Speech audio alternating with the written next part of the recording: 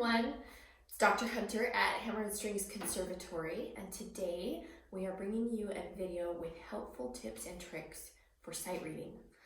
Sight reading for a lot of students is kind of a dirty word. You ask them about it and you get a or an eye roll or the uncomfortable looks and feelings. And sometimes we even feel those things in ourselves as teachers because it's this unknown. What are they going to throw at you? Are you going to be successful? So I want to give us some ways to encourage sight reading and ways to be really successful with sight reading today. I think it can be a really fun thing to do if it's introduced and taught and encouraged in the right way. There's no need to be afraid of it, and you can become really exceptional at it. And one of the things about sight reading is, in order to be a good musician and to feel confident in your playing ability, you really need to be able to sight read decently. You think about, as a student, if they're not able to sight read at least at a decent level, how long does it take to learn their music? Or if there's an event coming up soon and they want to be able to play something, but they're not a good sight reader, it takes so much longer to learn the music. So sight reading is really an integral part of the music education. So let's jump right in. First of all, I think, again, students think that sight reading is not fun. It's scary, it's hard work, and it's fraught with failure. That's how they approach it. So I want to kind of change the narrative. Sight reading can be really fun. Let me give you some ideas of why and how.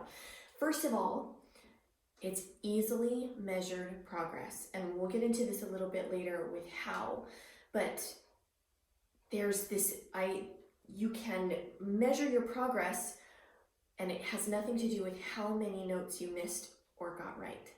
So there's an easy way to measure your progress, and once you do it, it's done. Sight reading, it doesn't have to be this stressful thing. It's so different from performance. So you don't have to get it all right. You don't have to master it. You don't have to remember it. You play, and then you're done. So you can think of reward structures or ways to make this really fun in your practice session. So first of all, let's get into some ways to think about it, some tips. Number one, like I just said, sight reading is very, very different from performance. Not just in the way that you don't have to perfect it, but it should also be very different in the way that you approach it. Like I mentioned, we are not going for note perfection.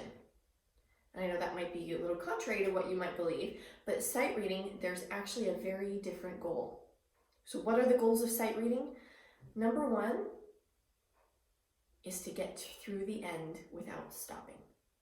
That is actually the number one goal of learning to sight read. If you think about situations where you might be expected to sight read, maybe you're playing for a congregation who's singing along, or maybe somebody comes, and I'll talk as a pianist. Somebody comes to you and says, "Oh, I just got this song. Will you play this and we can sing so I can sing with it?" Or, "I need to sing this for an event coming up. Could you play for me? It's in 2 days." That stuff happens. And so being able to play through without stopping is really the key thing, because if you mess up and a congregation is singing, they don't stop and wait for you. So we want to shift the narrative from sight reading being successful because you didn't miss notes to sight reading is successful because you played from the beginning to end without stopping. And when I say not stopping, I mean you don't stop to correct notes. You don't stop at the end of a measure and then replay it because you think you got it wrong. There's no fixing. What happens, happens, and it's in the past. Think about your favorite Lion King quote, Rafiki the monkey. It's in the past. So let's talk about a few things. Number one, again, know your end goal. The end goal is not about notes. It's about continuity, beginning to end.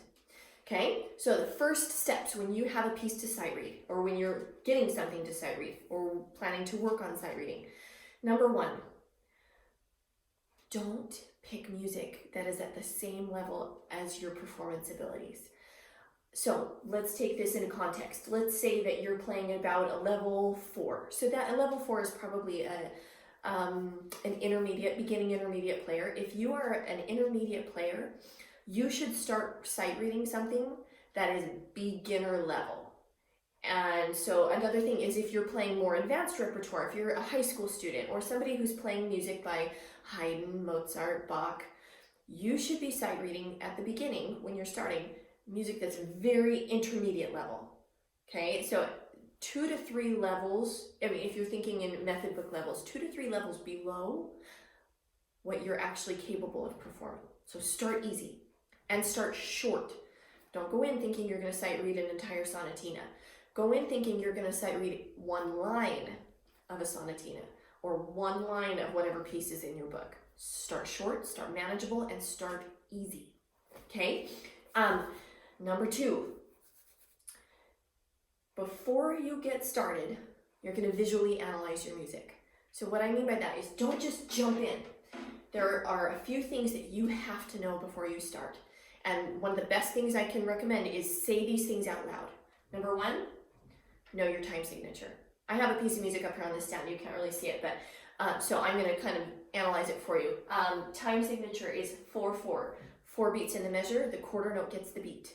So I'm going to be counting in 1 and 2 and 3 and 4. And I always use subdivisions when I'm sight reading.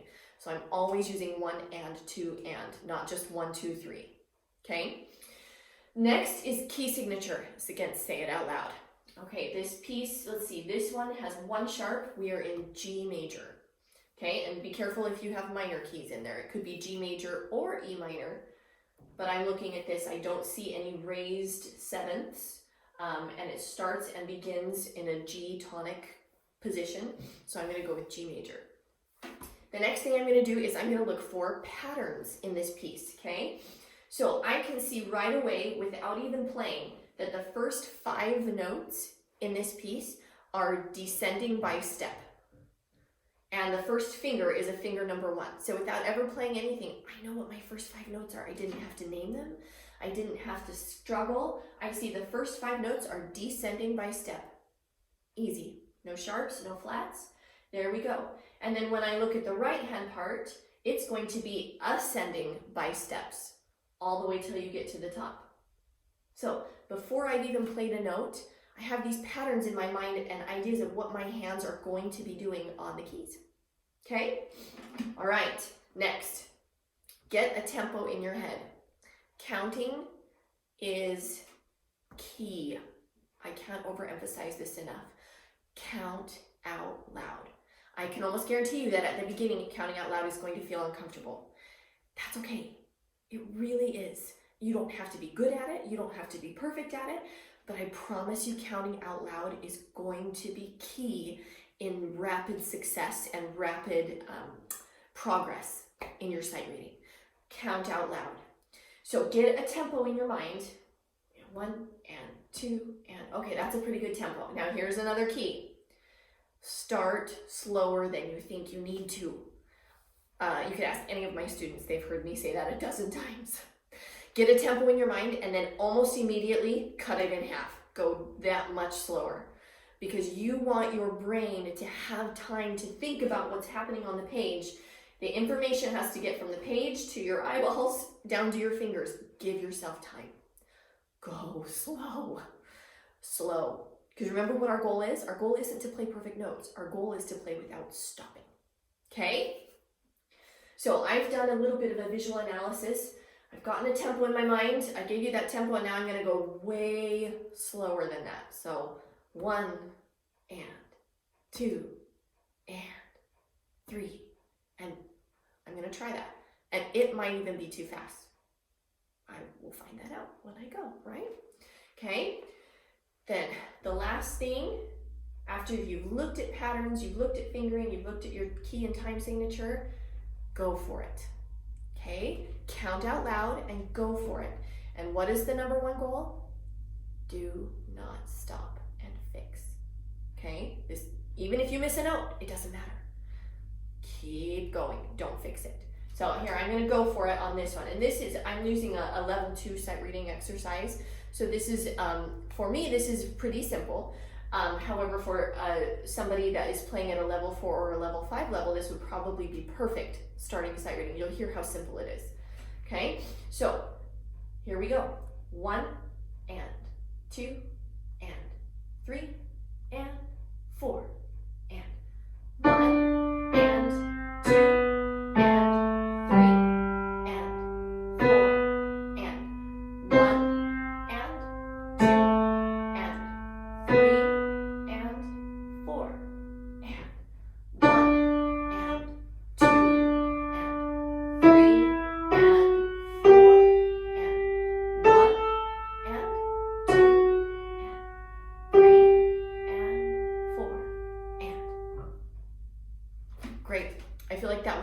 successful. I didn't stop. There was 1 or 2 times where I found my hand wasn't prepared, so I had to look down at the keyboard and kind of replace it, and then I was good.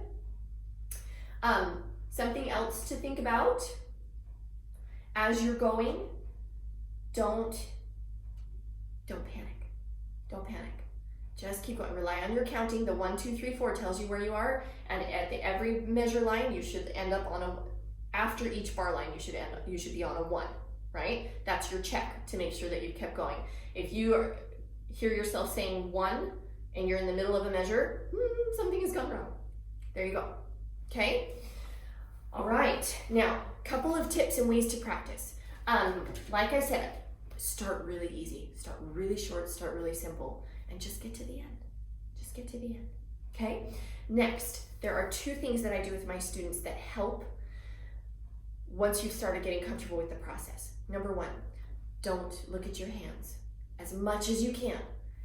You can see if I'm constantly going between the music and my hands, that does a couple of things. You lose your place in the music, and then also your brain gets overstimulated because of what it's seeing. It's seeing the music, then it's seeing all the keys. It's seeing the music, seeing all the keys. Black and white, black and white. There's too much. There's too much. Trust your fingers. Trust your tactile fingers. Remember what I said about analyzing?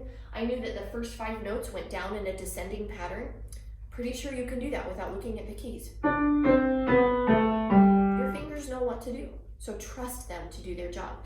If you're a parent, you can take a piece of music and put it between your child's eyes and the keys once they have their hand position. Set your hand position, put the music there, and that way they don't have anywhere else to look except for at the music.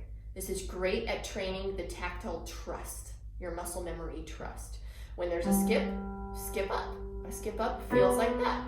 They should be trusting that, okay? The second thing that I like to do to help students with sight reading is really kind of treat it like a video game. This is where it really can be a lot of fun. You think about any of if you've ever played any note reading apps on a tablet, or if you've played any like continuous running games on a tablet or on a what are they called? A gaming device. And you know, it's continuous. It just goes and goes. And if you make a wrong turn and fall off, you're done. But you don't ever get to like stop and wait and think about things and try a few things. It doesn't work that way. So you're gonna treat this kind of like a video game for your student. So what I do is I take a piece of music and I cover it. Let's see, I adjust this a little bit so you can see the music. And I kind of, as the parent, I'll have them start. And as soon as they play a note, I kind of go along and I cover it.